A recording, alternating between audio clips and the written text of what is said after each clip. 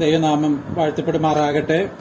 ഈ സന്ധ്യാസമയം കോട്ടയം അസംബ്ലിയോട് ചേർന്ന് ഈ ബൈബിൾ സ്റ്റഡിയിൽ പങ്കെടുക്കുവാൻ കർത്താവ് എനിക്ക് നൽകിയ ഈ സാവകാശത്തിനായിട്ട് ഞാൻ ദൈവത്തെ സ്തുതിക്കുകയും മഹത്വപ്പെടുത്തുകയും ചെയ്യുകയാണ്. അതോടൊപ്പം കോട്ടയം അസംബ്ലിയിലുള്ള ചുമതലപ്പെട്ട സഹോദരന്മാരായ ദൈവദാസന്മാരോടുള്ള എന്റെ നന്ദിയും സ്നേഹവും ഞാൻ പ്രകാശിപ്പിക്കുകയും ചെയ്യുകയാണ്. ചില നാളുകൾക്ക് മുൻപേ ഇതുപോലെയുള്ള ഓൺലൈൻ മീറ്റിംഗിൽ എനിക്കും ചില ദിവസങ്ങൾ ക്ലാസ്സുകൾ എടുക്കുവാനായിട്ടൊരു അവസരം ലഭിച്ചിരുന്നു. വീണ്ടും കർത്താവ് ഇങ്ങനെ ഒരു അവസരം നൽകിയതോർത്ത് ഞാൻ കർത്താവിനെ മഹത്വപ്പെടുത്തുകയാണ്. നാം ഈ ദിവസങ്ങളിൽ ചിന്തിക്കുവാൻ കർത്താവിൽ ആഗ്രഹിക്കുന്നത് ഹബക്കുക്ക് പ്രവചനത്തെ ആധാരമാക്കിയുള്ള ചില ആത്മീക സത്യങ്ങളാണ്.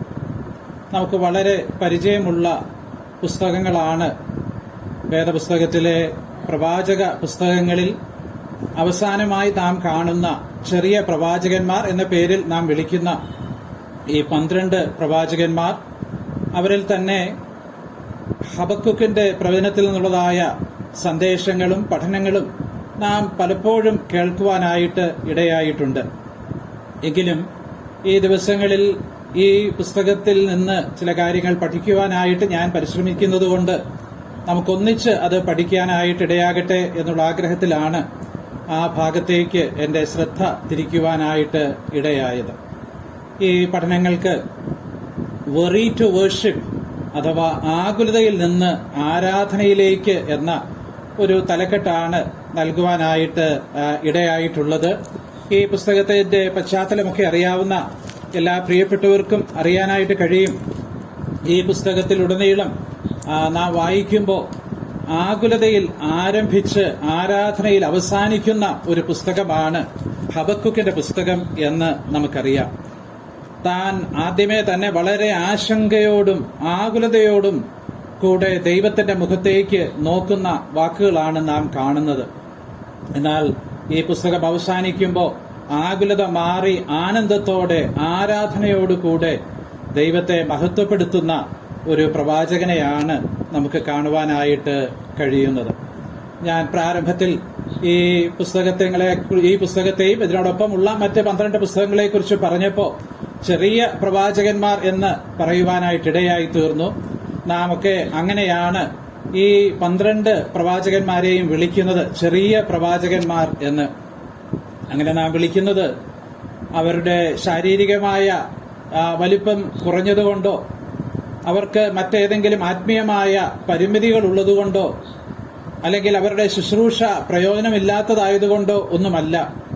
പിന്നെയോ അവർ മുഖാന്തരം രേഖപ്പെടുത്തി നൽകപ്പെട്ടിരിക്കുന്ന പുസ്തകങ്ങൾ, അവരുടെ ആ ലേഖനങ്ങൾ, ഈ പ്രവചന ഗ്രന്ഥങ്ങൾ അത് വളരെ ഹ്രസ്വമായിട്ട് ഉള്ള ഗ്രന്ഥങ്ങളാണ് എന്നുള്ളത് കൊണ്ടാണ് നാം അങ്ങനെ അവരെ പ്രധാനമായിട്ടും വിളിക്കുവാനായിട്ട് ഇടയാകുന്നത്. അതിന്റെ അർത്ഥം അവർ ആത്മീകമായി മറ്റ് പ്രവാചകന്മാരെക്കാൾ കുറഞ്ഞവരാണ് എന്നല്ല. അവരും ദൈവവുമായിട്ടുള്ള ബന്ധത്തിന് എന്തെങ്കിലും കുറവുണ്ട് എന്നുള്ളതല്ല. ദൈവം അവരെ ഉപയോഗിക്കുന്നതിൽ എന്തെങ്കിലും കുറവുകൾ ഉണ്ടായി എന്നുമല്ല. പിന്നെ അവരെല്ലാം മറ്റ് പ്രവാചകന്മാരെ പോലെ ദൈവത്തിനു വേണ്ടി വളരെയധികം പ്രയോജനപ്പെട്ട, ദൈവം എടുത്തുപയോഗിച്ച ദൈവദാസന്മാരാണ്. എന്നാൽ നാം അവരെ ആ പേരുകൊണ്ട് വിളിക്കുന്നത് ഈ പുസ്തകങ്ങൾ, അവർ മുഖാന്തരം രേഖപ്പെടുത്തി നൽകിയിരിക്കുന്ന പുസ്തകങ്ങളൊക്കെ വളരെ ഹ്രസ്വമായിട്ടുള്ള പുസ്തകങ്ങളാണ് എന്നുള്ളത് കൊണ്ടാണ് നാം ആ പേരിൽ അവരെ വിളിക്കുവാനായിട്ട് നാം പലപ്പോഴും ശ്രമിക്കുന്നത്. ഈ ഹബക്കുക്ക് പ്രവാചകനെ കുറിച്ച് ഈ പുസ്തകത്തിൽ നിന്ന് തന്നെ ചില കാര്യങ്ങൾ പ്രാരംഭമായിട്ട് ഓർക്കുവാൻ ഞാൻ ആഗ്രഹിക്കുകയാണ്. നമ്മുടെ ഇന്നത്തെ ശ്രദ്ധ പ്രധാനമായിട്ടും ഈ ഹബക്കുക്ക് പ്രവാചകനെ ഒന്ന് കേന്ദ്രീകരിച്ചായിരിക്കുവാൻ ആഗ്രഹിക്കുകയാണ്. തുടർന്നുള്ള ദിവസങ്ങളിൽ കർത്താവ് അനുവദിക്കുന്നതനുസരിച്ച് നാം ഓരോ അധ്യായത്തിൽ നിന്ന് ഉള്ളതായ കാര്യങ്ങൾ ചിന്തിപ്പാനായിട്ട് ആഗ്രഹിക്കുകയാണ്. പ്രവാചകൻ പ്രവചനത്തോടൊപ്പം തന്നെ വളരെ പ്രാധാന്യമുള്ളവനാണ്. സാധാരണ ഇംഗ്ലീഷിൽ ദേവദാസന്മാർ പറയാറുണ്ട്, man is important than the message. സന്ദേശത്തെക്കാളും സന്ദേശവാഹകൻ വളരെ പ്രധാനപ്പെട്ടതാണ്. സന്ദേശത്തിന്റെ ചാതുര്യമല്ല, സന്ദേശത്തിന്റെ മാധുര്യവുമല്ല, പിന്നെയോ സന്ദേശവാഹകൻ ആരാണ് എന്നുള്ളത് വളരെ പ്രാധാന്യമർഹിക്കുന്നതാണ്. അതുകൊണ്ട് നാം ഈ ഹബക്കുക്ക് എന്ന ഈ പ്രവാചകനെ കുറിച്ച് നാം പഠിക്കുവാൻ ശ്രമിക്കുമ്പോൾ നമ്മുടെ ഓരോരുത്തരുടെയും ജീവിതം ദൈവത്തിന്റെ ദാസന്മാരായി, ദൈവത്തിന്റെ മക്കളായി, ദൈവത്തെ ആരാധിക്കുന്നവരായി, ദൈവത്തെ സാക്ഷിക്കുന്നവരായി ജീവിക്കുന്ന നമ്മുടെ ഓരോരുത്തരുടെയും ജീവിതത്തിന്റെ രഹസ്യവും പരസ്യവുമായ മേഖലകളെ നമുക്കൊന്നിച്ച് ഒന്ന് വിചിന്തനം ചെയ്യുവാനും ഒന്ന് പരിശോധിച്ച് കർത്താവിന്റെ കൃപയ്ക്കനുസരിച്ച് നാം നമ്മുടെ ജീവിതത്തെ ക്രമീകരിപ്പാനായിട്ടും ഇടയാകട്ടെ. ആ പ്രാർത്ഥനയോടുകൂടെ നമുക്ക് ദൈവസന്നിധിയിൽ ഇരിപ്പാൻ കർത്താവ് സഹായിക്കട്ടെ.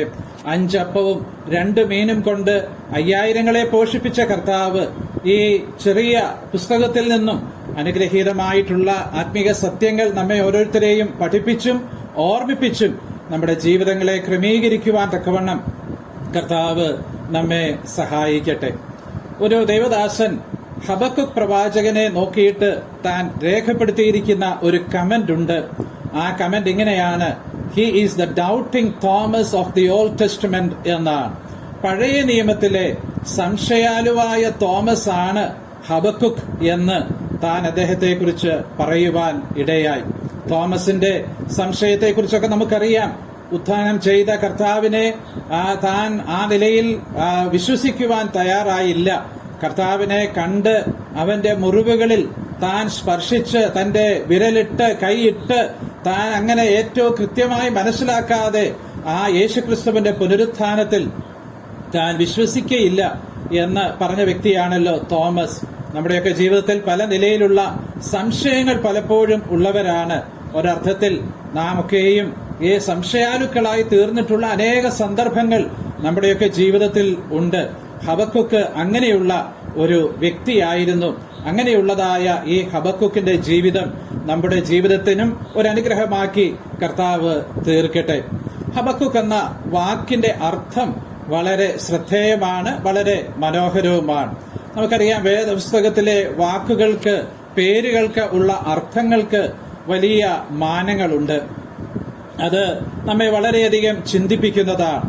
വളരെ യാദൃച്ഛികമായി ആരെങ്കിലും എന്തെങ്കിലും പേരിടുന്നതല്ല വേദപുസ്തകത്തിൽ നാം കാണുന്ന പല പേരുകളും. അവയൊക്കെ വളരെ അർത്ഥവത്തായിട്ടുള്ളതാണ്. ചില ആളുകൾ ആ പേരുകൾക്കനുസരിച്ച് ജീവിക്കുന്ന ആളുകളാണ്. മറ്റു ചില ആളുകൾ ആ പേരിന് നേരെ വിപരീതമായി ജീവിക്കുവാനും ഇടയായിട്ടുള്ളവരാണ്. അതിലൊരു നല്ല ഉദാഹരണമാണ് എലീമേലക്ക്. എലീമേലക്ക് എന്ന വാക്കിന്റെ അർത്ഥം എന്റെ ദൈവം രാജാവാകുന്നു എന്നാണ്. പക്ഷേ എലീമേലക്ക് ആ ദൈവമായ രാജാവിൽ ആശ്രയിക്കാതെ താൻ തന്നെയാണ് രാജാവ് എന്ന നിലയിൽ തന്റെ സ്വന്തം തീരുമാനങ്ങളിൽ താൻ മുൻപോട്ട് പോയി വളരെ ദുഃഖകരമായ നിലയിൽ അവസാനിച്ചത് നമുക്ക് ഓർക്കുവാനായിട്ട് കഴിയും. എന്നാൽ അതിന് വളരെ വ്യത്യസ്തമായ നിലയിലുള്ള ഒരു വ്യക്തിയാണ് കാലേബ്. കാലേബ് എന്ന് പറയുമ്പോൾ നായ എന്ന അർത്ഥമാണ് അതിന് സാധാരണയായിട്ട് നൽകാറുള്ളത്. വിശ്വസ്തനായ ഒരുവന്റെ ചിത്രമാണ് അത്. കാലേബ് അങ്ങനെയുള്ള ഒരു വ്യക്തിയായിരുന്നു എന്ന് നമുക്ക് കാണുവാനായിട്ട് കഴിയും.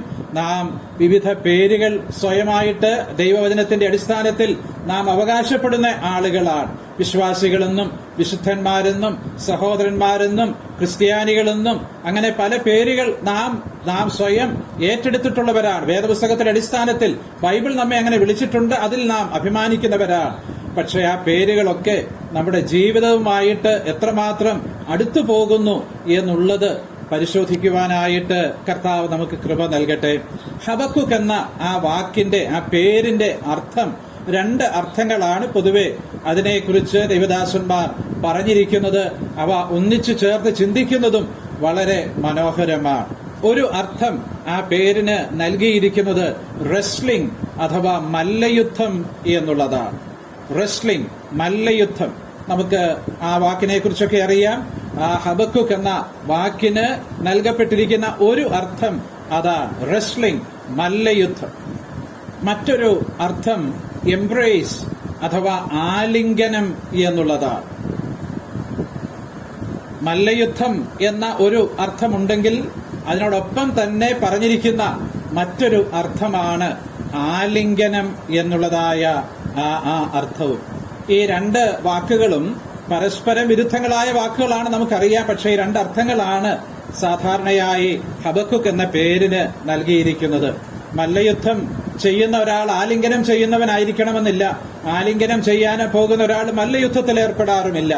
പക്ഷേ ഈ രണ്ട് പേരുകളും ഈ രണ്ട് അർത്ഥങ്ങളും ഒരുപോലെ സമന്വയിപ്പിക്കുന്ന ഒരു പ്രത്യേക സംഭവം നമുക്ക് പഴയ നിയമത്തിൽ ഉൽപ്പത്തി പുസ്തകത്തിൽ കാണുവാനായിട്ട് കഴിയും. അത് നമുക്കെല്ലാവർക്കും വളരെ പരിചയമുള്ളതാണ്. ഞാൻ ആ ഭാഗത്തേക്ക് ആ വേദഭാഗം എടുത്തു വായിച്ചു പോകേണ്ടുന്ന ആവശ്യമില്ല എന്ന് ഞാൻ ചിന്തിക്കുകയാണ്. അത് ഉൽപ്പത്തി പുസ്തകം 32-ാം അധ്യായത്തിലാണ്. അവിടുത്തെ ചരിത്രം എന്ന് പറയുന്നത് യാക്കോബ് ഒരു പുരുഷനോട് മല്ലയുദ്ധം ചെയ്യുന്ന ഒരു രംഗമാണ്. യാക്കോബ് അവിടെ മല്ലയുദ്ധം ചെയ്തു. രാത്രി മുഴുവനും ഉഷസാകുന്നതുവരെയും ആ മല്ലയുദ്ധം തുടരുകയാണ്. ആ മല്ലയുദ്ധം തുടർന്ന് യാക്കോബിനെ ജയിക്കുവാൻ ബുദ്ധിമുട്ടാണെന്ന് കണ്ട ആ പുരുഷൻ യാക്കോബിനെ അവന്റെ തുടയില് തൊട്ട് അവനെ ബലഹീനനാക്കിയത് നമുക്കറിയാനായിട്ട് കഴിയും. എന്നെ വിടുക എന്ന് പറഞ്ഞപ്പോ യാക്കോബ് പറഞ്ഞ മറുപടി നമുക്കൊക്കെ ഓർമ്മയുണ്ടല്ലോ. അവൻ പറഞ്ഞു, നീ എന്നെ അനുഗ്രഹിച്ചല്ലാതെ ഞാൻ നിന്നെ വിടുകയില്ല. മല്ലയുദ്ധത്തിൽ അവർ ആരംഭിച്ചു എങ്കിലും ആ ആലിംഗനം പോലെ എംബ്രേസ് ചെയ്യുന്ന, പിടിച്ചു നിർത്തുന്ന ഒരു അനുഭവത്തിലാണ് അത് അവസാനിച്ചത്. അത് നമ്മെ ഓർമ്മിപ്പിക്കുന്ന ഒരു പാഠമുണ്ട്. മല്ലയുദ്ധത്തിലൂടെയല്ല, പിന്നെയോ നമ്മുടെ കർത്താവുമായിട്ടുള്ള ആലിംഗനത്തിലൂടെയാണ് നമ്മുടെ അനുഗ്രഹങ്ങൾ നമുക്ക് ലഭിക്കുവാൻ ഇടയാകുന്നത് എന്ന സത്യം അത് നമ്മെ ഓർപ്പിക്കുകയാണ്. ജീവിതത്തിൽ പല നിലയിലുള്ള സാഹചര്യങ്ങളിൽ കൂടെ കടന്നു പോകുന്നവരാണ് ഞാനും നിങ്ങളും എല്ലാം. പല ബുദ്ധിമുട്ടുകൾ, പല പ്രതിസന്ധികൾ, പല ആശങ്കകളും ആകുലതകളും നമ്മുടെയൊക്കെ ജീവിതത്തിൽ ഉണ്ട്. പലപ്പോഴും ജീവിതത്തിലെ ചില പ്രത്യേക സന്ദർഭങ്ങളിൽ ദൈവത്തോട് മല്ലയുദ്ധം ചെയ്യുന്നവരായിട്ട് നാം തീർന്നിട്ടുണ്ട്. എന്തുകൊണ്ട് എന്ന ചോദ്യം അറിഞ്ഞോ അറിയാതെയോ നമ്മുടെ വായിൽ നിന്നും പലപ്പോഴും വരുവാൻ ഇടയായിട്ടുണ്ട്. അങ്ങനെയൊക്കെയുള്ള സാഹചര്യങ്ങളിൽ കൂടെ കടന്നു പോകുന്ന ആരെങ്കിലും എന്നെ ശ്രദ്ധിക്കുന്നുണ്ടെങ്കിൽ, പ്രിയമുള്ളവരെ, ഞാൻ ഈ സംഭവത്തിലൂടെ ഒരു കാര്യം ഓർപ്പിച്ച് മുൻപോട്ട് പോകട്ടെ. നാം നമ്മുടെ ദൈവവുമായിട്ട് ചോദ്യം ചെയ്തും മല്ലയുദ്ധം നടത്തിയും അവരെതിരായിട്ട് ചുവടുകളെ വെച്ചും ഒന്നും നമ്മുടെ ജീവിതത്തിൽ നാം അനുഗ്രഹീതരാകുവാൻ കഴിയുകയില്ല. ജീവിതത്തിലെ സാഹചര്യങ്ങൾ അപ്രതീക്ഷിതമായിരിക്കാം, നാം ആഗ്രഹിക്കുന്നതായിരിക്കയില്ല. പക്ഷെ ആ സാഹചര്യങ്ങളിലും നാം കർത്താവിനെ മുറുകെ പിടിച്ചാൽ, അവനോട് ആലിംഗനബദ്ധരായി നാം നിന്നാൽ, തീർച്ചയായും അവൻ നമുക്ക് അനുഗ്രഹങ്ങളെ ചൊരിയും എന്നുള്ളതിന് യാതൊരു സംശയവുമില്ല. കർത്താവ് നമ്മെ സഹായിക്കട്ടെ. നാം ഹബക്കുക്കിനെ പോലെ കർത്താവിനോട് പറ്റിയിരിക്കുവാൻ, അവനെ മുറുകെ പിടിക്കുന്നവരായിരിക്കുവാൻ, അവനെ ആലിംഗനം ചെയ്ത് ജീവിക്കുന്നവരായിരിക്കുവാൻ കർത്താവ് നമുക്ക് കൃപ നൽകട്ടെ. ആലിംഗനം എന്നുള്ളത് സ്നേഹത്തിന്റെ ഒരു ഭാഷ്യമാണല്ലോ, സ്നേഹത്തിന്റെ ഒരു പ്രകടനമാണല്ലോ, പ്രദർശനമാണല്ലോ. കർത്താവിനോടുള്ള സ്നേഹത്തിൽ മുമ്പോട്ട് പോകുവാൻ കർത്താവ് നമ്മെ സഹായിക്കട്ടെ. നമുക്ക് വേഗത്തിൽ ഈ ഹബക്കുക്കിനെ കുറിച്ച് ഈ പുസ്തകത്തിൽ തന്നെ പറഞ്ഞിരിക്കുന്ന വിശദാംശങ്ങളിൽ നിന്ന് ചില കാര്യങ്ങൾ ഒന്ന് വ്യക്തിപരമായ നിലയിൽ മനസ്സിലാക്കുവാനായിട്ട് ശ്രമിക്കാം. പ്രാരംഭത്തിൽ തന്നെ ഞാൻ ഓർമ്മിപ്പിക്കുവാൻ ആഗ്രഹിക്കുകയാണ്, ഹബക്കുക്കിനെ കുറിച്ച് മറ്റ് ഏതെങ്കിലും ഗ്രന്ഥങ്ങളിൽ നിന്ന് നമുക്കൊന്നും ഗ്രഹിക്കുവാൻ കഴിയാത്ത വിധം ഈ ഗ്രന്ഥത്തിൽ മാത്രമാണ് അദ്ദേഹത്തെക്കുറിച്ചുള്ള പരാമർശനങ്ങൾ നമുക്ക് മനസ്സിലാക്കുവാൻ കഴിയുന്നത്. ഈ പുസ്തകം ആരംഭിക്കുന്ന വാക്യം ഞാനൊന്ന് വായിക്കട്ടെ. ഹബക്കുക്ക് പ്രവാചകൻ ദർശിച്ച പ്രവാചകം, 1-ാം അധ്യായം 1-ാമത്തെ വാക്യം ഈ നിലയിലാണ് ആരംഭിക്കുന്നത്. എന്താണ് ഇവിടെ ഹബക്കുക്ക് തന്നെക്കുറിച്ച് തന്നെ പറയാൻ ആഗ്രഹിക്കുന്നത്? താൻ തന്നെക്കുറിച്ച് കൂടുതലൊന്നും പറയുന്നില്ല. താൻ ഒരൊറ്റ വാക്ക് മാത്രമേ പറയുന്നുള്ളൂ. താൻ ഒരു പ്രവാചകനാണ് എന്ന ഒരു വാക്ക് മാത്രമേ തനിക്ക് പറയാനായിട്ടുള്ളൂ. നാം ഈ ഗ്രന്ഥം മുഴുവനായിട്ടും വായിച്ചു നോക്കിയാൽ തന്നെക്കുറിച്ച് താൻ കൂടുതൽ പരാമർശനങ്ങളൊന്നും നടത്തുന്നില്ല എന്ന് നമുക്ക് കാണുവാൻ കഴിയും. അത് വളരെ മനോഹരമായ ഒരു കാര്യമാണ്. താൻ ഒരിക്കലും തന്നെ ഈ പുസ്തകത്തിൽ ഉയർത്തുവാൻ, തന്നെ കൂടുതൽ വെളിപ്പെടുത്തുവാൻ, ഞാൻ ആരാണ് എന്ന് നിങ്ങൾ അറിയണം എന്ന നിലയിൽ താൻ ഒന്നും രേഖപ്പെടുത്തിയിട്ടില്ല എന്നുള്ളത് നമ്മെ വളരെ ചിന്തിപ്പിക്കുന്ന ഒന്നാണ്. ഇവിടുത്തെ ഈ വിഷയങ്ങൾ പ്രധാനമായിട്ടും ഹബക്കുക്ക് എന്ന വ്യക്തി തിരശ്ശീലയ്ക്ക് പിന്നിൽ നിൽക്കുന്നത് പോലെയാണ് നമുക്ക് കാണുവാൻ കഴിയുന്നത്. തന്നെ താൻ പ്രൊജക്റ്റ് ചെയ്യാതെയാണ് താൻ അവിടെ നിൽക്കുന്നത്. അത് തന്റെ മനോഹരമായ വിനയത്തിന്റെ ഒരു നല്ല ചിത്രമായിട്ട് നമുക്ക് ഓർക്കുവാനായിട്ട് കഴിയും. നാം ആയിരിക്കുന്ന ഈ കാലഘട്ടം ലോകം മുഴുവനായിട്ടും അവരെ തന്നെ പ്രൊമോട്ട് ചെയ്യുന്ന ഒരു കാലമാണ്. അതിന്റെ നടുവിൽ ദൈവമക്കളായ നാം നമ്മെ പ്രൊമോട്ട് ചെയ്യുകയല്ല, നാം നമ്മുടെ കർത്താവിനെ പ്രൊമോട്ട് ചെയ്യുന്നവരായി, അവനെ ഉയർത്തുന്നവരായിട്ടാണല്ലോ നാം ജീവിക്കേണ്ടത്. ഹബക്കുക്ക് തന്നെ തന്നെ ഉയർത്തുന്നില്ല, പിന്നെയോ ഹബക്കുക്ക് തന്റെ ആത്മഭാരവും തന്റെ ദൈവത്തെയും ദൈവത്തിന്റെ ജനത്തെയും കുറിച്ച് ഉള്ള കാര്യങ്ങളാണ് ഇതിനകത്ത് തനിക്ക് പറയാനായിട്ടുള്ളത്. അങ്ങനെയുള്ള മറ്റനേകം ഭക്തന്മാരെ നമുക്ക് തിരുവെഴുത്തിൽ കാണുവാനായിട്ട് കഴിയും. അതിന്റെ പിന്നിലുള്ള പ്രധാനപ്പെട്ട ഒരു പ്രിൻസിപ്പിൾ ഉണ്ട്. തന്നെ താൻ താഴ്ത്തുന്നവനെല്ലാം ഉയർത്തപ്പെടും. അതാണ് അതിന്റെ പ്രിൻസിപ്പിൾ. നമ്മുടെ ജീവിതത്തിൽ നാം എപ്പോഴും ഓർക്കണം. അനേകം ആളുകളും തന്നെ താൻ ഉയർത്തുവാൻ ആഗ്രഹിക്കുമ്പോൾ വലിയവനായ കർത്താവ് നമ്മെ പഠിപ്പിച്ചിരിക്കുന്ന സിദ്ധാന്തം എന്ന് പറയുന്നത് തന്നെ താൻ താഴ്ത്തുന്നവനെല്ലാം ഉയർത്തപ്പെടും എന്നുള്ളതാണ്. അതിന്റെ ഏറ്റവും ഉദാത്തമായ മാതൃക, ഉത്തമമായ മാതൃക നമ്മുടെ കർത്താവായ യേശുക്രിസ്തു താൻ തന്നെയാണ്. യേശു കർത്താവ് അവൻ ഒരിക്കലും തന്നെ താൻ ഉയർത്തിയില്ല, അവൻ തന്നെ താൻ താഴ്ത്തുകയാണ്. അവൻ തന്നെ താൻ ഉയർത്തി എന്ന് വേദപുസ്തകത്തിൽ എങ്ങും രേഖപ്പെടുത്തിയിട്ടില്ല. പക്ഷെ അവൻ തന്നെ താൻ താഴ്ത്തി എന്ന് തിരുവെഴുത്തിൽ നാം വായിക്കുന്നുണ്ട്. അവൻ തന്നെ താൻ താഴ്ത്തുന്നവനായിരുന്നു. അങ്ങനെ തന്നെ താൻ താഴ്ത്തിയ യേശു കർത്താവിനെ പിതാവായ ദൈവം അവനെ ഏറ്റവും ഉയർത്തി എന്നാണ് നാം വായിക്കുന്നത്. അപ്പോസ്തലനായ പത്രോസ് പറയുന്നല്ലോ, അവൻ തക്ക സമയത്ത് നിങ്ങളെ ഉയർത്തേണ്ടതിന് അവന്റെ ബലമുള്ള കൈക്കീഴെ താണിരിപ്പീൻ എന്നാണ് നാം അവിടെ വായിക്കുന്നത്. നാം താണിരിക്കുന്നവരായി, നമ്മെ തന്നെ ഉയർത്തുന്നവരായിട്ടല്ല, പിന്നെയോ കർത്താവിനെ ഉയർത്തുന്നവരായിട്ട് നമുക്കിരിക്കാം. സ്നാപക യോഹന്നാന്റെ വാക്കുകൾ നമുക്ക് ഈ സമയത്ത് ഓർക്കുവാനായിട്ട് കഴിയും. യോഹന്നാന്റെ സുവിശേഷം 3-ാം അധ്യായത്തിന്റെ 30-ാമത്തെ വാക്യത്തിൽ താൻ പറയുന്ന വാക്കുകൾ നമുക്കറിയാം. താൻ പറയുകയാണ്, അവൻ വളരേണം, ഞാനോ കുറയേണം. അവൻ വളരേണം, ഞാനോ കുറയണം. He must increase and I decrease. തന്റെ ആഗ്രഹം അതായിരുന്നു. ദൈവദാസന്മാർ ആ വാക്യമൊക്കെ പറയുമ്പോൾ പറയുന്ന ഒരു കമന്റ് ഞാനും അങ്ങ് ആവർത്തിക്കുകയാണ്. അവരെപ്പോഴും പറയാറുള്ളൊരു കാര്യം പലരും കേട്ടിട്ടുള്ളതാണ്, എങ്കിലും ഞാനന്ന് പറയുകയാ. സാധാരണ ഈ വാക്യം വായിക്കുമ്പോൾ ഇങ്ങനെ പറയാറുണ്ട്, യോഹന്നാന് വേണമെങ്കിൽ പറയാമായിരുന്നു ഞാൻ കുറയേണം അവൻ വളരേണം എന്ന് വേണമെങ്കിൽ പറയാമായിരുന്നു. പക്ഷെ യോഹന്നാൻ അങ്ങനെ പറഞ്ഞില്ല. അവൻ പറഞ്ഞത് അവൻ വളരേണം, ഞാൻ കുറയണം. ഒന്നാമത് കർത്താവിനെ കുറിച്ചാ പറയുന്നത്, പിന്നീടാണ് തന്നെ കുറിച്ച് പറയുന്നത്. കർത്താവിന്റെ ആ മഹത്വത്തിന്റെ വളർച്ചയുടെ മുൻപിൽ ഒരു നിഷ്പ്രഭനായി പോകുന്ന ഒരു വിശുദ്ധനായിട്ടാണ് അവിടെ യോഹന്നാനെ നമുക്ക് കാണുവാൻ കഴിയുന്നത്. കർത്താവ് വളരണം, കർത്താവിന്റെ നാമം മഹത്വപ്പെടണം, കർത്താവിന് കൂടുതൽ ബഹുമാനം ലഭിക്കണം, എന്നാൽ ഞാനോ കുറഞ്ഞു വരേണം എന്ന ചിന്താഗതി. ഞാൻ ദീർഘിപ്പിക്കാതെ ഈ ഹബക്കുക്കിനെ കുറിച്ചുള്ള അടുത്ത ഒരു ശ്രദ്ധ നിങ്ങളുടെ മുമ്പാകെ കൊണ്ടുവരുവാൻ ഞാൻ ആഗ്രഹിക്കുകയാണ്. നാം വായിച്ച 1-ാമത്തെ വാക്യത്തിൽ ഹബക്കുക്ക് പ്രവാചകൻ ദർശിച്ച പ്രവാചകം എന്നാണ് നാം മലയാളത്തിൽ വായിക്കുന്നത്. അത് ശരിയായിരിക്കുമ്പോൾ തന്നെ അല്പം കൂടെ കൃത്യമായിട്ടുള്ള ആക്ഷരികമായിട്ടുള്ള ഭാഷാന്തരം എന്ന് പറയുന്നത് ഹബക്കുക്ക് പ്രവാചകൻ ദർശിച്ച ഭാരം എന്നുള്ളതാണ്. ബേർഡൻ എന്നാണ്. എബ്രായ ഭാഷയിലാണല്ലോ ഇത് എഴുതിയിരിക്കുന്നത്.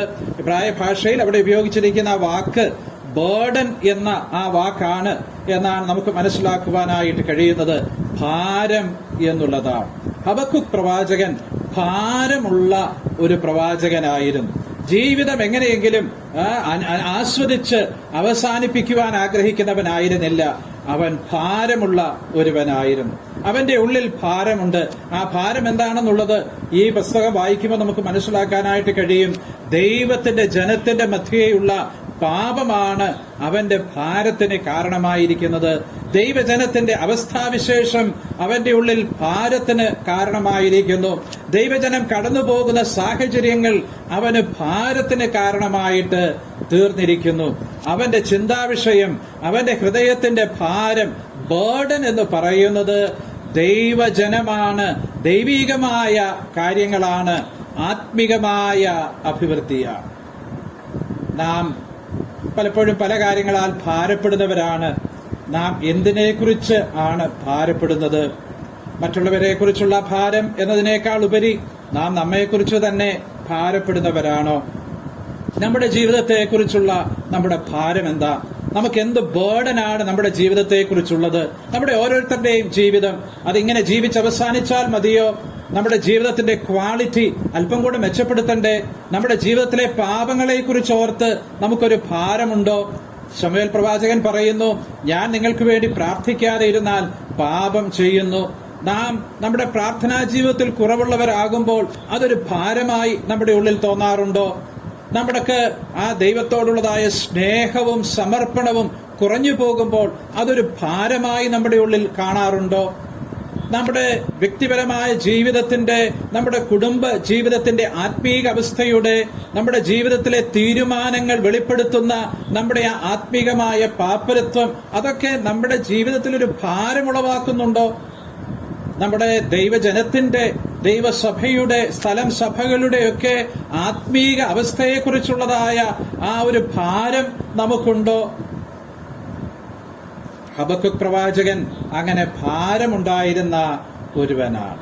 ദൈവികമായ കാര്യങ്ങളെക്കുറിച്ച്, ദൈവജനത്തിന്റെ ആത്മീയ അവസ്ഥയെക്കുറിച്ച്, അവരുടെ പാപത്തെക്കുറിച്ച് താൻ വലിയ ഭാരത്തോടു കൂടെയാണ് ദൈവസന്നിധിയിൽ ഇരിക്കുന്നത്.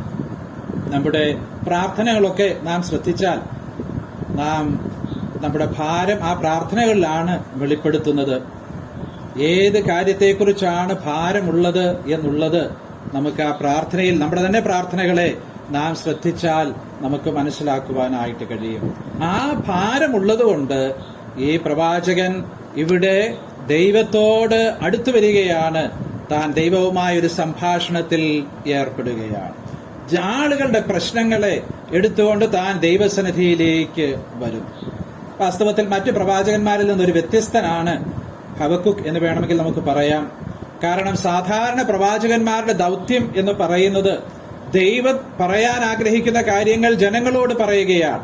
ദൈവത്തിനു വേണ്ടി ജനങ്ങളുടെ അടുക്കിലേക്ക് വരികയാണ് സാധാരണ പ്രവാചകന്മാർ ചെയ്യാറുള്ള കാര്യം.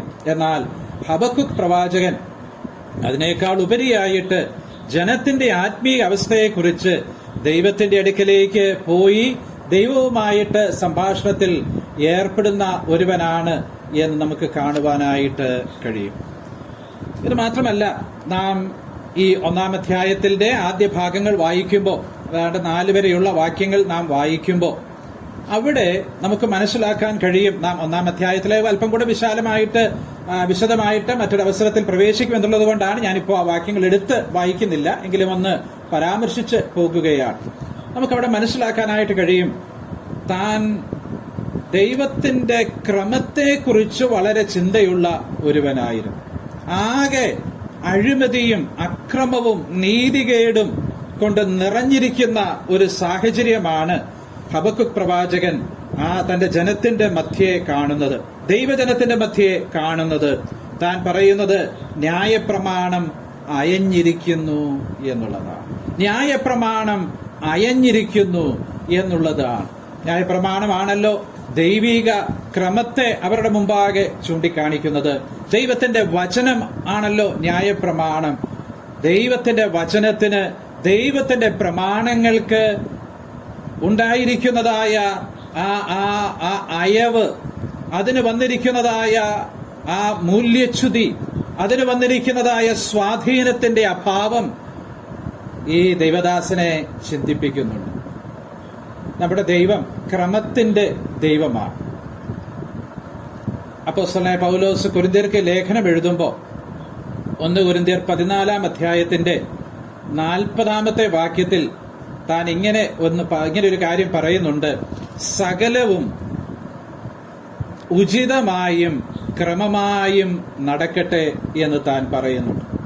നമ്മൾ പലരും ആ വാക്യം ഒന്ന് രൂപഭാവമൊക്കെ മാറ്റി നാം അതിനെ മറ്റൊരു നിലയിലാണ് നാം അത് പറയാറുള്ളത്.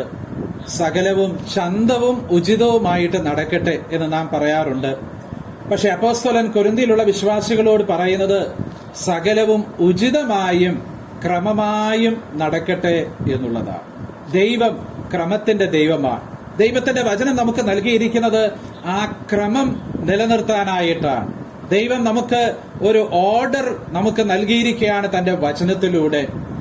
പ്രത്യേകിച്ചും വ്യക്തി ജീവിതത്തെക്കുറിച്ച് ദൈവം ഒരു ക്രമം വെച്ചിട്ടുണ്ട്. പലപ്പോഴും ആ ക്രമമൊക്കെ വിട്ട് നാം പോകാറില്ലേ എന്ന് നമുക്ക് നമ്മുടെ തന്നെ ജീവിതത്തെ പരിശോധിക്കുമ്പോൾ മനസ്സിലാക്കാനായിട്ട് കഴിയും. കുടുംബജീവിതത്തെ സംബന്ധിച്ച് ദൈവം ഒരു ക്രമം വെച്ചിട്ടുണ്ട്. നാം സാധാരണ വിവാഹവേദികളിലൊക്കെ ആ ക്രമത്തെക്കുറിച്ച് പറയാറുണ്ട്.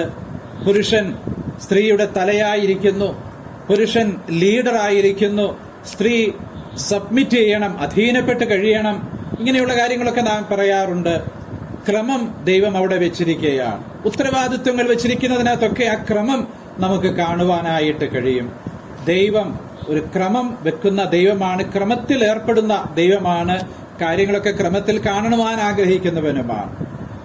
ഡിസോർഡർ, ക്രമം കെട്ട ആ ഒരു അനുഭവം ദൈവം നമ്മിൽ ആരിൽ നിന്നും ആഗ്രഹിക്കുന്നില്ല.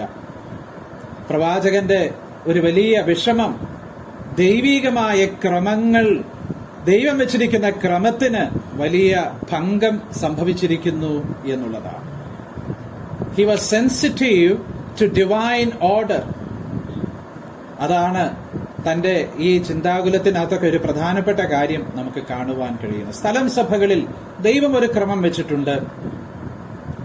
ആ ക്രമം പലപ്പോഴും വേണ്ടവണ്ണം പാലിക്കപ്പെടാതെ പോകുന്നുവോ എന്ന് നമുക്ക് തോന്നിപ്പോകാറുണ്ട്. അങ്ങനെ ക്രമത്തിൽ പോകുന്ന അനേകം സ്ഥലം സഭകളുണ്ട് എങ്കിലും നാം പലപ്പോഴും പലയിടങ്ങളിലും അവയൊക്കെ ഇല്ലാത്തതുപോലെയാണ് നമുക്ക് കാണുവാനായിട്ട് കഴിയുന്നത്. കീഴടങ്ങുവാനുള്ള അധീനതയുടെ ആ പരാധീനതകളൊക്കെ നമുക്ക് പലയിടത്തും കാണുവാനായിട്ട് കഴിയും. ഇത് മാത്രമല്ല, നാം കർത്താവിന്റെ അത്താഴത്തോടുള്ള ബന്ധത്തിൽ, കൃപാവരങ്ങൾ ഉപയോഗിക്കുന്നതിനോടുള്ള ബന്ധത്തിലൊക്കെ ദൈവം പല ക്രമങ്ങൾ വെച്ചിട്ടുണ്ട്. അതൊക്കെയാണല്ലോ 1 കൊരിന്ത്യർ 14 അധ്യായത്തിൽ നാം കാണുന്നത്. അതുപോലെ 11 അധ്യായത്തിലുമൊക്കെ നാം അത് കാണുന്നുണ്ട്. ഈ നാളുകളിൽ അനേകം ന്യൂ ജനറേഷൻ കോൺഗ്രിഗേഷൻസ് വേർപെട്ട ദൈവജനത്തിന്റെ മധ്യയെ ഉടലെടുത്തുകൊണ്ടിരിക്കുകയാണ്. നമ്മുടെ പല സ്ഥലം സഭകളിൽ നിന്നും അങ്ങനെയുള്ള കൂട്ടായ്മകളിലേക്കൊക്കെ ആളുകൾ പോകുവാൻ ഇഷ്ടപ്പെടുകയാണ്. പല കാര്യങ്ങൾ അവിടെ അവർക്ക് ഇഷ്ടമുള്ളത് ഉണ്ട്, അതുകൊണ്ടാണല്ലോ അവർ പോകുന്നത്. ചിലതൊക്കെ അവരുടെ വ്യക്തിപരമായ ജീവിതത്തിൽ നന്മയ്ക്കും കാരണമായി തീർന്നുവെന്ന് വരാം. പക്ഷേ അങ്ങനെയുള്ള പല ഇടങ്ങളിലും ക്രമം കെട്ടുള്ള പല കാര്യങ്ങളും ഉണ്ട് എന്നുള്ളത് വളരെ ദുഃഖത്തോടുകൂടെ ഓർക്കുകയാണ്.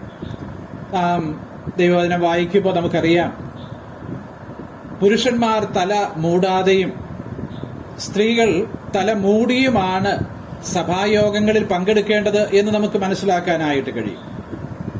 എന്നാൽ ഇങ്ങനെയുള്ള നിബന്ധനകൾ ഈ ദൈവിക ക്രമത്തിന് യാതൊരു പ്രാധാന്യവുമില്ല. അതുപോലെ സ്ത്രീ പുരുഷന്മാരുടെ ശുശ്രൂഷകളിലുള്ള വ്യത്യാസം സഭകളിൽ, സ്ഥലം സഭകളിൽ എങ്ങനെയാണ് ഉള്ളത് നാം ദൈവവചനത്തിൽ വായിക്കുന്നുണ്ട്. പക്ഷെ ആ വ്യത്യാസം വേണ്ടവണ്ണം മനസ്സിലാക്കാതെ ക്രമം കെട്ടുപോകുന്ന അനേകം ഇടങ്ങൾ നമുക്ക് കാണുവാൻ കഴിയും. പ്രത്യേകിച്ചും ഈ ന്യൂ ജനറേഷൻ ആയിട്ടുള്ള കൂട്ടായ്മകളിലൊക്കെ ആളുകൾ അവയൊക്കെ കാണും. അവ നൽകുന്ന ആസ്വാദ്യതയാണ് പലപ്പോഴും ആളുകൾ അതിലേക്ക് ചേക്കേറുവാനുള്ള ഒരു കാരണം. പല നല്ല കാരണങ്ങൾ അതിന്റെ കൂടെ ഉണ്ടായിരിക്കാമെങ്കിലും ഇവയൊക്കെ ശ്രദ്ധിക്കപ്പെടാതെ പോകുന്നുണ്ട്.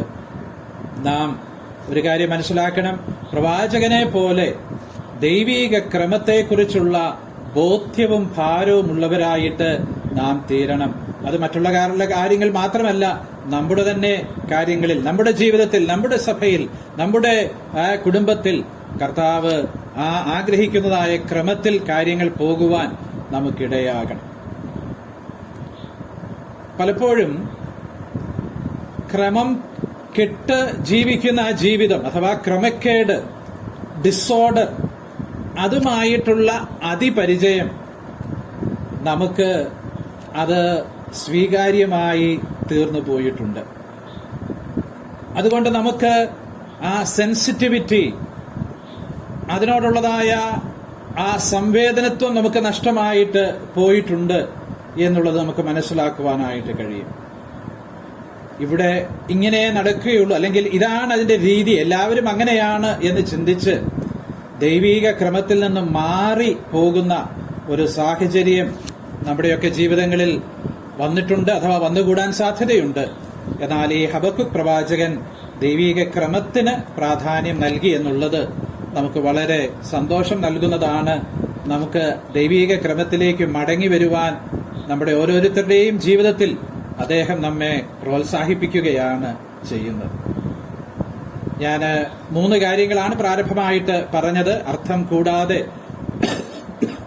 പേരിന്റെ അർത്ഥം ആദ്യം പറഞ്ഞു.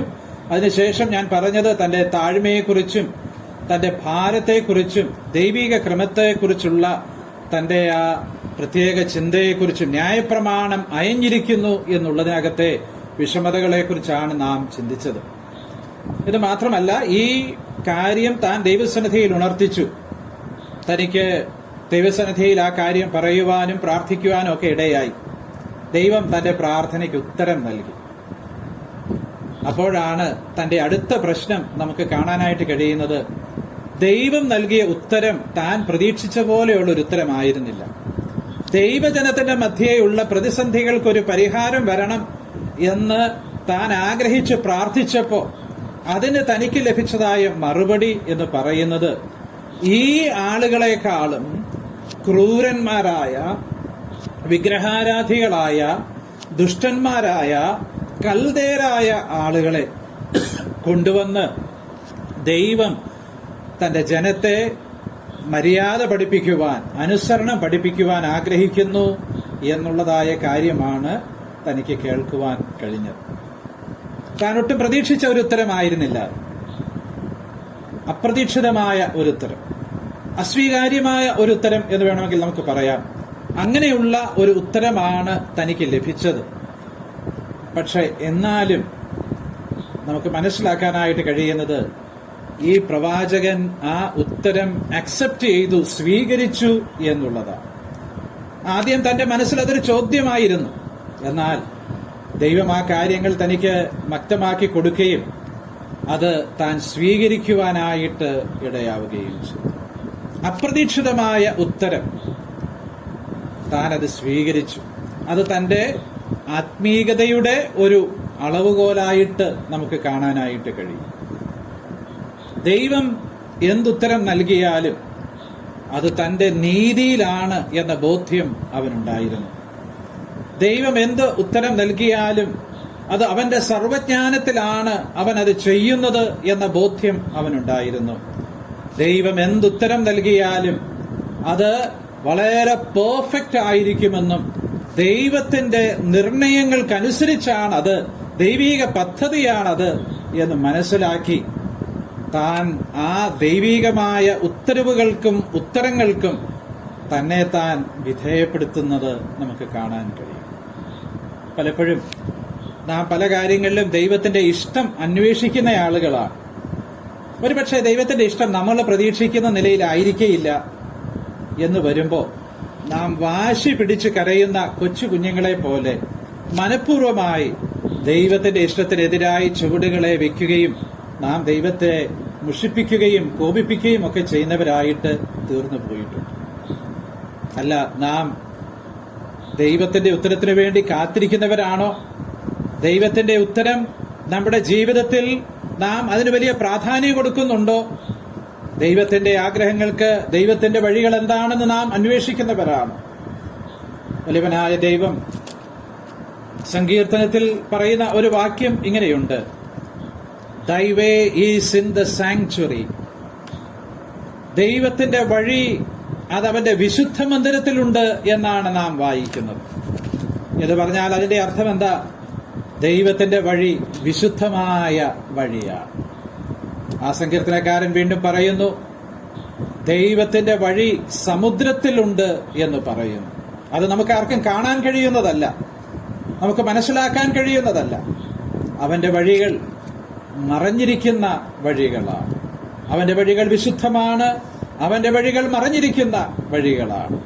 യെശയ്യാ പ്രവചനം 55-ാം അധ്യായത്തിന്റെ 8-9 വാക്യങ്ങളിലേക്ക് വരുമ്പോൾ അവിടെ കർത്താവ് പ്രവാചകനിൽ കൂടെ പറയുന്ന വാക്കുകളുണ്ട്: എന്റെ വഴികൾ നിങ്ങളുടെ വഴികളെക്കാളും ഉയർന്നിരിക്കുന്ന വഴികളാണ്.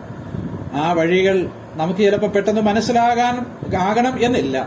പക്ഷേ പ്രവാചകനായ ഹബക്കുക്കിനെ പോലെ ആ വഴികൾക്ക് നാം വിധേയപ്പെടുവാൻ കർത്താവ് നമ്മെ സഹായിക്കട്ടെ. അവിടുത്തെ വഴി വിശുദ്ധമാണ്, അവിടുത്തെ വഴി മറഞ്ഞിരിക്കുന്നതാണ്. അവിടുത്തെ വഴി ഉന്നതമായിട്ടുള്ളതാണ്. His ways are holy, his ways are hidden and his ways are higher. എന്നിരുന്നാലും ആ വഴികളിൽ ആശ്രയിക്കുവാൻ കർത്താവ് നമ്മെ സഹായിക്കട്ടെ. കാരണം അവിടുന്ന് സർവജ്ഞാനിയും സർവശക്തനുമായ ദൈവമാണ്. അവിടുന്ന് സർവ പദ്ധതികളുടെയും ഉടമസ്ഥനാണ്. അതനുസരിച്ചാണ് അവിടുന്ന് ഈ വഴികളൊക്കെ പ്ലാൻ ചെയ്തിരിക്കുന്നത്. ആ വഴികൾക്ക് വിധേയപ്പെട്ട് ജീവിക്കുവാൻ കർത്താവ് നമുക്ക് കൃപ നൽകട്ടെ. നമ്മുടെ യുക്തി കൊണ്ട് അതിനെതിരായി പോകുവാൻ ഇടയാകാതെ കർത്താവിന്റെ വഴികളെ നമുക്ക് സ്വീകരിക്കുവാൻ കർത്താവ് കൃപ നൽകട്ടെ. പറയുന്നത് പോലെ അത് എളുപ്പമല്ല എന്ന് നമുക്കറിയാം. പക്ഷെ അതിനായിട്ട് നമ്മളെ തന്നെ നമുക്ക് സമർപ്പിക്കാം. ഹബക്കുക്ക് അങ്ങനെയുള്ള ഒരു വ്യക്തിയായിരുന്നു. ഹബക്കുക്കിനെ കുറിച്ച് നാം ചിന്തിക്കുമ്പോൾ നമുക്ക് മനസ്സിലാക്കാൻ കഴിയുന്നത് ദൈവത്തിന് താൻ കീഴ്പ്പെട്ടു എന്നുള്ളതും ആ ദൈവത്തിന്റെ ജനം ദൈവത്താൽ എന്നും പരിപാലിക്കപ്പെടും എന്നുള്ളതുമായ സത്യം ദൈവം തന്നെ പഠിപ്പിച്ചു, താനത് അംഗീകരിച്ചു. ഹബക്കുക്കിന്റെ പുസ്തകത്തിലെ ഏറ്റവും പ്രശസ്തമായ ഒരു വാചകം നമുക്കെല്ലാവർക്കും അറിയാം. 2-ാം അധ്യായം 4-ാമത്തെ വാക്യത്തിന്റെ അവസാനത്തിലാണ് നാം അത് വായിക്കുന്നത്. അവിടെ നാം ഇങ്ങനെ വായിക്കുന്നു: നീതിമാനോ വിശ്വാസത്താൽ ജീവിച്ചിരിക്കും. The just shall live by faith. നീതിമാനോ വിശ്വാസത്താൽ ജീവിച്ചിരിക്കും. ഹബക്കുക്ക് ആ സത്യം പൂർണ്ണമായും ഗ്രഹിച്ചു. തന്റെ ജനത്തെ ദൈവം സൂക്ഷിക്കും, ദൈവം പരിപാലിക്കും എന്നുള്ള പൂർണ്ണമായ ആശ്രയം തനിക്കുണ്ടായിരുന്നു. ഞാൻ നേരത്തെ ഓർപ്പിച്ചതുപോലെ താൻ പ്രതീക്ഷിച്ച ഉത്തരമല്ല തനിക്ക് ലഭിച്ചത്. പക്ഷെ അതിനപ്പുറത്ത് ദൈവത്തിന് ശരിയായ പദ്ധതികളുണ്ടെന്ന് മനസ്സിലാക്കി തന്റെ ജനത്തെ പരിപാലിക്കുന്നവനാണ് ദൈവം എന്നറിഞ്ഞ് താൻ ദൈവത്തിൽ ആശ്രയിച്ചു. അതാണ് തന്റെ ആത്മീകതയുടെ ഔന്നത്യം എന്ന് നമുക്ക് ഓർക്കുവാനായിട്ട് കഴിയും. തന്റെ മഹത്വം നാം കാണുന്ന മറ്റൊരു വസ്തുത ഈ പുസ്തകത്തിലുടനീളം തന്റെ ആരാധന നമുക്ക് കാണാനായിട്ട് കഴിയും. നമ്മുടെ തലക്കെട്ട് തന്നെ അതാണല്ലോ, ആകുലതയിൽ നിന്ന് ആരാധനയിലേക്കാണ്. ആകുലതയിൽ, ആശങ്കകളിൽ ആരംഭിച്ചിട്ട് ആരാധന കൊണ്ട്, ആനന്ദം കൊണ്ട് അവസാനിപ്പിക്കുന്ന ഒന്നാണ് എന്ന് നമുക്ക് കാണാൻ കഴിയും. അദ്ദേഹം ആരാധിക്കുന്ന ഒരുവനായി. 3-ാം അധ്യായം ആ ഒരു പ്രാർത്ഥനയുടെയും ആരാധനയുടെയും ഒരു ഗീതമാണ് എന്ന് നമുക്കറിയാം. ഈ പ്രവാചകനായ ഹബക്കുക്കിനെ കുറിച്ച് നമുക്ക് ഗ്രഹിക്കുവാൻ കഴിയുന്ന ഒരു സത്യം, അദ്ദേഹത്തിന് ഈ ഇസ്രായേൽ മക്കളുടെ പാട്ടിനെക്കുറിച്ച്, സങ്കീർത്തനങ്ങളെക്കുറിച്ചുള്ള നല്ല ബോധ്യമുള്ള ഒരുവനാണ്. അദ്ദേഹം ഒരുപക്ഷെ ടെമ്പിൾ കൊയറിന്റെ ഭാഗമായ ഒരുവനായിരിക്കാം. അങ്ങനെയാണെങ്കിൽ താൻ ഒരു ലേവ്യനാണ്. അദ്ദേഹം ദൈവത്തിന്റെ വചനമായ സങ്കീർത്തനങ്ങളെക്കുറിച്ചുള്ള നല്ല ബോധ്യം ഉള്ളവനാണ്. താനും ഒരു ആരാധനയുടെ സങ്കീർത്തനം പാടിക്കൊണ്ടാണ് തന്റെ ഈ പുസ്തകം അവസാനിപ്പിക്കുന്നത്. ആരാധിക്കുന്ന ഒരുവനാണ്. നാം ആരാധിക്കുന്നവരായിരിക്കുക എന്നുള്ളത് വളരെ പ്രാധാന്യം ഉള്ളതാണ്. പലപ്പോഴും നമ്മുടെ മധ്യേ വളരെ ചിന്താക്കുഴപ്പമുണ്ടാക്കുന്ന ഒരു പദവും ഒരു കാര്യവുമാണ് ആരാധന എന്നുള്ളത്. ആരാധന എന്നുള്ളതിനെ ഒരുപക്ഷെ നമുക്ക് വേഗത്തിൽ നിർവചിക്കുവാൻ എളുപ്പമായിരിക്കയില്ല. എന്നാൽ ഞാനിങ്ങനെ പറയട്ടെ, വർഷിപ്പ് ഈസ് വർഷിപ്പ് എന്നാണ് പറയുന്നത്. ആരാധന എന്ന് പറയുന്നത് അവന്റെ മഹത്വമാണ് അതിനകത്ത് ഏറ്റവും പ്രധാനപ്പെട്ടത്. ദൈവത്തെ മഹത്വപ്പെടുത്തിക്കൊണ്ടുള്ളതായ ജീവിതം, ദൈവത്തെ മഹത്വപ്പെടുത്തിക്കൊണ്ടുള്ളതായ ശുശ്രൂഷ, ദൈവത്തെ മഹത്വപ്പെടുത്തിക്കൊണ്ട് ദൈവസന്നിധിയിൽ നാം ആയിരിക്കുന്നത്, നമ്മുടെ ജീവിതത്തിൽ നാം ആയിരിക്കുന്നത്, അതെല്ലാം ആരാധനയുടെ ഓരോ പ്രകടനങ്ങളാണ്, എക്സ്പ്രഷൻസാണ്, പ്രദർശനങ്ങളാണ് അവയൊക്കെ. ആരാധന എന്ന് പറയുന്നത് ഒരു പ്രത്യേക സന്ദർഭത്തിലേക്ക് മാത്രമല്ല. നാം ഒന്നിച്ചു കൂടി വരികയും ദൈവത്തെ ആരാധിക്കുകയും ചെയ്യുന്നതിന് ഏറ്റവും ഉചിതമായ സന്ദർഭമാണ് കർത്താവിന്റെ അത്താഴം നാം ആചരിക്കുന്ന സമയം, അപ്പം നുറുക്കുന്നതായ സമയം. നമ്മുടെ ഹൃദയങ്ങളിൽ നിന്ന് ആരാധന സ്വർഗത്തിലേക്ക് ഉയരുന്ന അതിമനോഹരമായ സന്ദർഭമാണ്. പക്ഷെ ആ സൗരഭ്യം നമ്മുടെ ജീവിതത്തിൽ ഉണ്ടാവണം, നമ്മുടെ ശുശ്രൂഷകളിൽ ഉണ്ടാവണം, നമ്മുടെ ജീവിതത്തിലെ ലക്ഷ്യങ്ങളിൽ, തീരുമാനങ്ങളിലൊക്കെ അതുണ്ടാവണം. അപ്പോഴാണ് ആ ആരാധന അർത്ഥപൂർണമാകുന്നത്. കർത്താവ് അതിനായിട്ട് നമ്മെ സഹായിക്കട്ടെ. നാം ആരും പൂർണ്ണരല്ലല്ലോ, നാം ആരും പെർഫെക്റ്റ് അല്ല. എന്നാൽ ആ പൂർണ്ണതയിലേക്ക് വളർന്നു വരുവാൻ ആഗ്രഹിക്കുന്നവരാണ് നാം. ഹബക്കുക്ക് ആരാധിക്കുന്ന ഒരുവന് പല പ്രത്യേകതകളുണ്ട്. എന്നാൽ അതിനകത്തെ ഏറ്റവും പ്രധാനപ്പെട്ട ഒരു കാര്യം, അവന്റെ മനസ്സിലെ ചിന്ത എപ്പോഴും കർത്താവിന്റെ മഹത്വമാണ്. ആരാധകന്റെ മനസ്സിലെ ചിന്ത കർത്താവിന്റെ മഹത്വമാണ്. ഞാനൊരു സത്യം പറയട്ടെ, കർത്താവിന്റെ മഹത്വം ഉള്ളിൽ കരുതാതെ നമ്മുടെ ഞായറാഴ്ചത്തെ അപ്പം നുറുക്കുന്നതായ കൂടിവരവുകളിൽ നാം എന്തെങ്കിലുമൊക്കെ ചെയ്താൽ പോലും അത് ദൈവത്തിന് സുഗ്രാഹ്യമായിട്ട് തീരുകയില്ല. അറിഞ്ഞോ അറിയാതെയോ നാം നമ്മുടെ മഹത്വം വെളിപ്പെടുത്തുന്ന വേദികളായി അവ പോലും തീർന്നു പോയിട്ടുണ്ട് എന്നുള്ളത് എത്രയോ ദുഃഖകരമാണ്. നാം കർത്താവിനെ ആരാധിക്കുമ്പോൾ നമ്മുടെ ചിന്ത കർത്താവിന്റെ മഹത്വമാണ്. പലപ്പോഴും നാം നമ്മെക്കുറിച്ചാണ് കൂടുതൽ സമയവും ആരാധനയിൽ ചിന്തിക്കുന്നത്. പക്ഷെ നാം ഏറ്റവും അധികം ചിന്തിക്കേണ്ടത് കർത്താവിനെ കുറിച്ചാണ്. അതിന്റെ കാരണം, പിതാവായ ദൈവത്തിന്റെ പ്രമോദ വിഷയം എന്ന് പറയുന്നത് തന്റെ പുത്രനാണ്. ആ പുത്രനെ ഉയർത്തുന്നതാണ് പിതാവിന് ഏറ്റവും ഇഷ്ടമുള്ളത്. അത് നാം ചെയ്യുന്നില്ലെങ്കിൽ നമ്മുടെ ആരാധന അത്ര കണ്ട് കർത്താവിന് പ്രസാദകരമായിരിക്കുകയില്ല. എന്നാൽ ദൈവത്തിന് പ്രസാദകരമായ ആരാധന അവന്റെ മടിയിലിരിക്കുന്ന, അവന്റെ പ്രമോദ വിഷയമായ, അവനെ സംബന്ധിച്ചിടത്തോളം ഏകജാതൻ, the only one of its kind എന്ന് പറയുവാൻ കഴിയുന്ന ആ യേശു കർത്താവിനെ നാം ഉയർത്തുന്നതാണ്. അവനെക്കുറിച്ചുള്ള ചിന്തകൾ നമ്മുടെ ഹൃദയത്തിൽ വയ്ക്കുന്നതാണ്.